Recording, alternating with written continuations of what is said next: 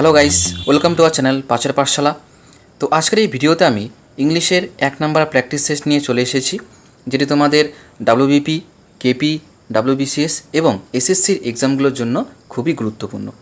তো তোমরা ভিডিওটি শুরু থেকে শেষ পর্যন্ত অবশ্যই দেখবে, এবং যারা তোমরা এখন আমাদের চ্যানেলটিকে সাবস্ক্রাইব করোনি তারা অবশ্যই চ্যানেলটিকে সাবস্ক্রাইব করে পাশে থাকা বেল আইকনটি প্রেস করে রাখবে। তো চলো আজকের ভিডিও শুরু করা যাক।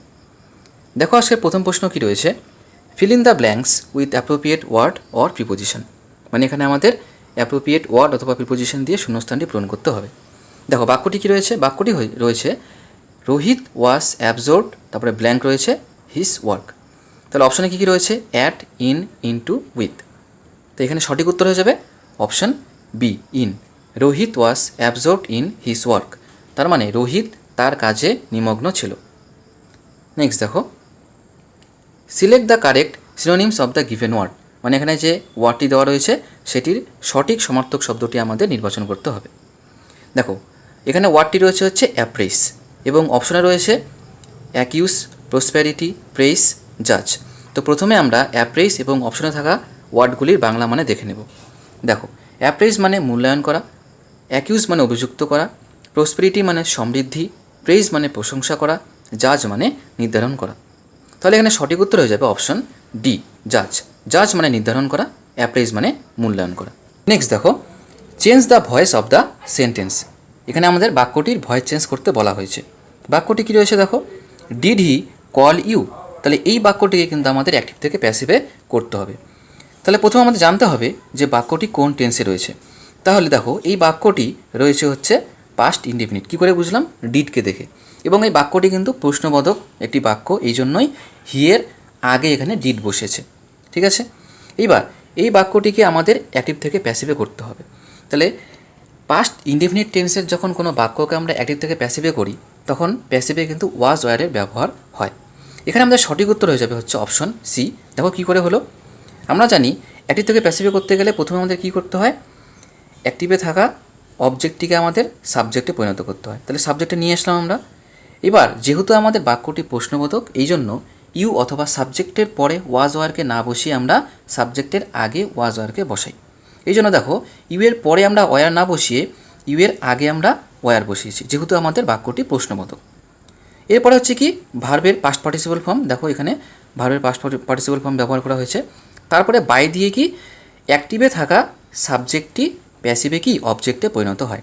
হি এর অবজেক্টিভ ফর্ম হচ্ছে হিম, এই জন্য এখানে সঠিক উত্তর হয়ে গেল option C, were you called by him. Next দেখো, কমন ইরোর্স। দেখো এখানে একটা আমাদের বাক্য দেওয়া রয়েছে এবং এই বাক্যটির মধ্যে কোন অংশে ভুল রয়েছে সেটা আমাদের বের করতে হবে।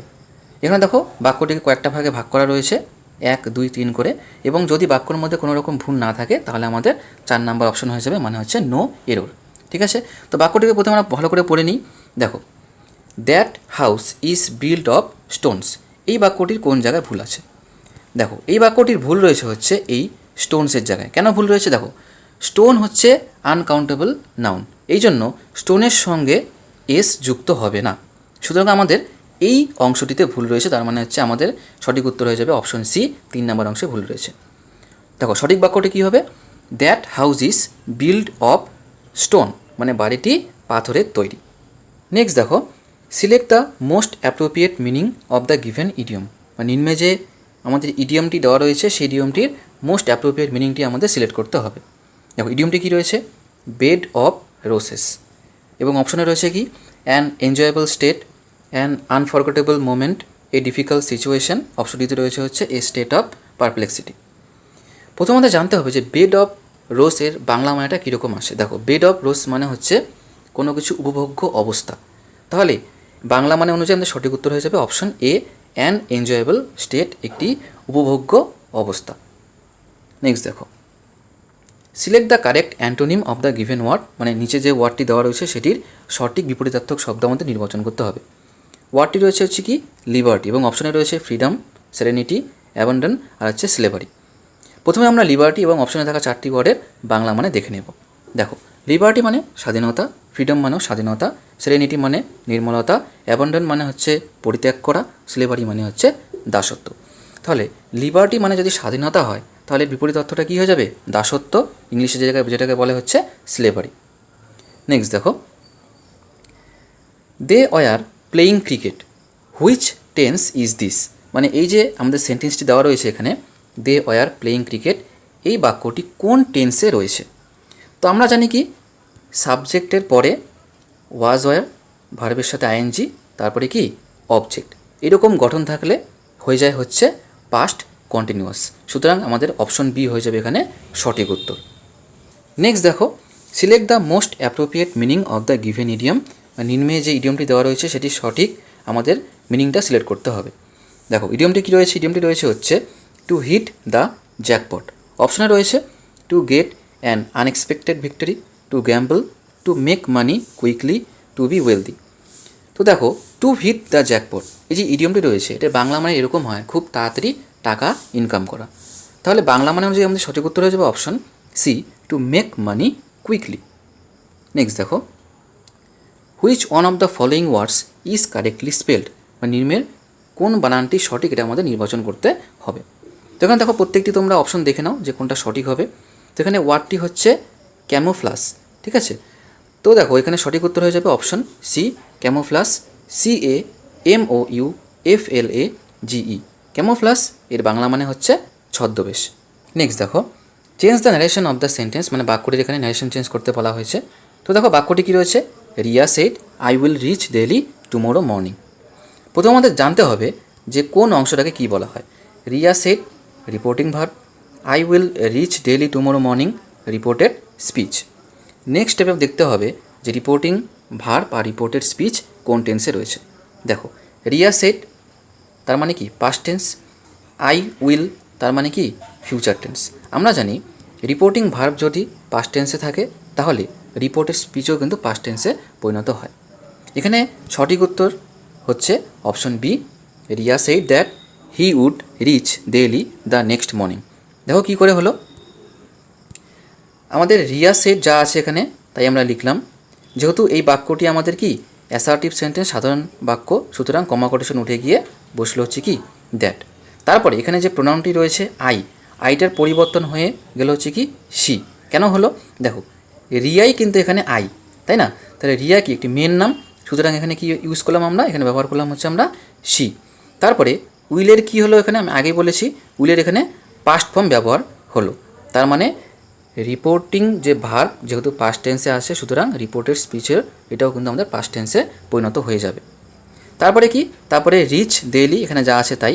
এবার টুমোরোর পরিবর্তে কিন্তু আমরা লিখলাম কি দ্য নেক্সট মর্নিং, এখানে আছে টুমোরো মর্নিং, আর টুমোরোর পরিবর্তে লিখলাম কি দ্য নেক্সট মর্নিং।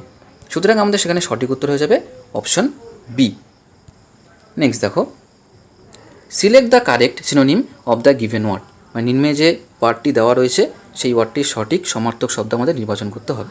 ওয়ার্ডটি রয়েছে হচ্ছে ম্যাগনিফিসেন্ট, অপশনে রয়েছে স্প্লেন্ডিড, স্কোল্ড, রেয়ার, মোডেস্ট। প্রথমে আমরা ম্যাগনিফিসেন্ট এবং অপশনে থাকা চারটি ওয়ার্ডের বাংলা মানে দেখে নেব। দেখো ম্যাগনিফিসেন্ট মহৎ বা চমৎকার, স্প্লেন্ডিড চমৎকার, স্কোল্ড ধমক দেওয়া, রেয়ার বিরল, মোডেস্ট মানে হচ্ছে নম্র। তো দেখো ম্যাগনিফিসেন্ট মানে হচ্ছে মহৎ বা চমৎকার, এর সমার্থক শব্দ কী হয়ে যাবে স্প্লেন্ডিড, স্প্লেন্ডিড মানে হচ্ছে কি চমৎকার, সুতরাং এখানে সঠিক উত্তর অপশন এ। নেক্সট দেখো, change the voice of the sentence, মানে নিম্নের যে বাক্যটি রয়েছে সেটির আমাদের ভয়েস চেঞ্জ করতে হবে। তো বাক্যটি কী রয়েছে, বাক্যটি রয়েছে হচ্ছে the police arrested him on suspicion. তো দেখো এই যে বাক্যটি প্রথমে জানতে হবে যে বাক্যটি কোন টেন্সে রয়েছে। তো বাক্যটি কিন্তু আমাদের রয়েছে হচ্ছে পাস্ট ইনডেফিনিট। কেন, দেখো সাবজেক্ট, তারপরে ভার্বের সেকেন্ড ফর্ম মানে পাস্ট ফর্ম, তারপরে হচ্ছে কি অবজেক্ট।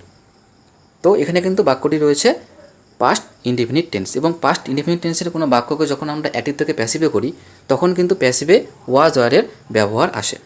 তো দেখো এখানে কিন্তু আমি দেখতে পাচ্ছি অপশনে শুধুমাত্র এই যে ডি নাম্বার অপশন, এইখানেই কিন্তু শুধুমাত্র কী রয়েছে ওয়াজ রয়েছে, বাকি অপশনগুলোতে কিন্তু কোনো জায়গায় তোমরা দেখতে পাচ্ছ এখানে কিন্তু ওয়াজ নেই। সুতরাং আমরা কিন্তু যদি নিয়ম জানা থাকে তাহলে কিন্তু আমরা অপশন দেখেই করতে পারবো। দেখো কী করে হলো এটা, যখন আমরা কোনো বাক্যকে অ্যাক্টিভ থেকে প্যাসিভে করি তখন কী হয়, আমরা প্রথমে অবজেক্টটাকে কী করি সাবজেক্টে, তাহলে হিয়ের অবজেক্টিভ ফর্ম হচ্ছে হিম, তাহলে হিটা অবজেক্ট থেকে সাবজেক্টে পরিণত হলো হি। এবার আমি আগেই বলেছি যেহেতু পাস্ট ইনডেফিনিট সুতরাং কি সাবজেক্টের পরে ওয়াজ ওয়ার বসবে, তো হিয়ের সাথে এখানে কী বসলো ওয়াজ বসলো। তারপরে ভার্বের কি, ভার্বের হচ্ছে পাস্ট পার্টিসিপল ফর্ম এখানে ব্যবহার করা হয়েছে অ্যারেস্টেড।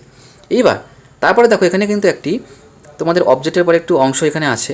তো আমরা কি করব, এই ভার্বের পরে বাকি অংশটাকে লিখে নেব। লিখে নেওয়ার পরে বাই দিয়ে কি আমাদের অ্যাক্টিভের যে সাবজেক্টটি সেটি কি প্যাসিভে অবজেক্টে পরিণত হলো। বাইয়ের পরে অবজেক্টটিকে আমরা বসিয়ে দিলাম।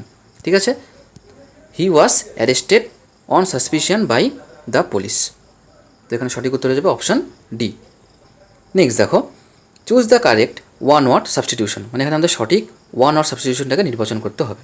তো দেখো এখানে কি বলা হয়েছে, a list and explanation of difficult words, মানে ডিফিকাল্ট ওয়ার্ডসের লিস্ট এবং এক্সপ্লানেশন, এটাকে আমরা এক কথায় বললে কি বলবো। অপশানে রয়েছে দেখো কি, এক্সপ্লানেটরি, সামারি, স্টেশনারি, গ্লোসারি। তাহলে কিন্তু এখানে সঠিক উত্তর হয়ে যাবে option D, glossary.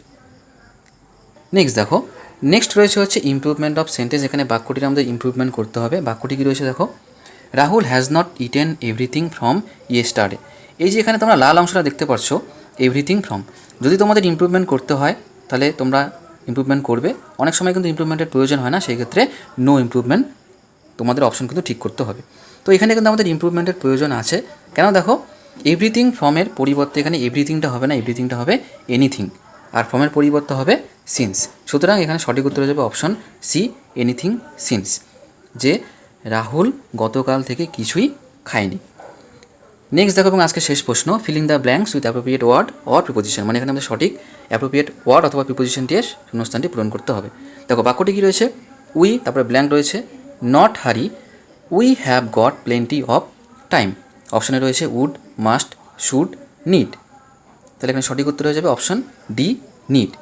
We need not hurry, we have got plenty of time, যা আমাদের তাড়াহুড়ো করতে হবে না, আমাদের হাতে অনেক সময় আছে।